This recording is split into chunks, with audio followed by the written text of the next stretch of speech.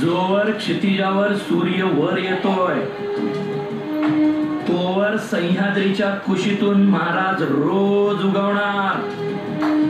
या मातीत पेरलेल्या बीजाला जोवर हिरवा अंकुर फुटतोय तोवर या मातीतून महाराज रोज डोकावणार. जय भवानी. आलं ना आपसुकच समद्यांच्या तोंडातून जय शिवाजी.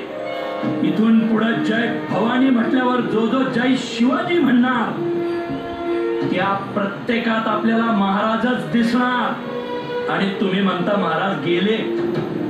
अनाजी पंत, तुमच्या आमच्या सारख्यांच्या पिढ्या येत जात राहतील हो, पण छत्रपती नावाचं वादळ या मातीत रोज खोंगावणार.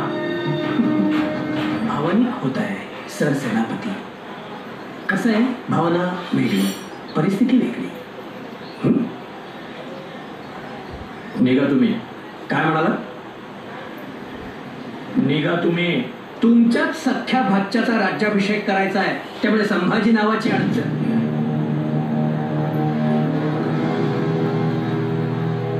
महाराज म्हणा. संभाजी महाराज असं म्हणा. हे बघा, तुम्ही ज्यांना महाराज म्हणताय त्यांना पकडण्याचं राजफरमान मी घेऊन आलो. बरोबर ना मोरोपंत? बरोबर. आणि तुम्ही जर तसं केलं नाही तर तुम्हाला पकडण्याचं दुसरं राजफरमान माझ्याकडे आहे. राजफरमान येते. माझी फौज घेऊन माझ्यावरच आला रे शेमण्या. हे बघा, तुम्ही संभाजीला अटक करा आणि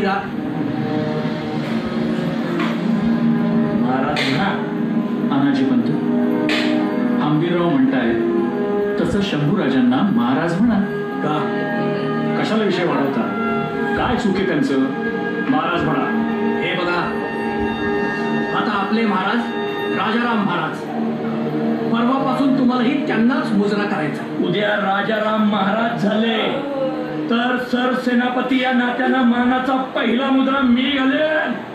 तू आत्ता शंभूराजांना महाराज म्हण. नाही म्हणणार. अनाजी पंत.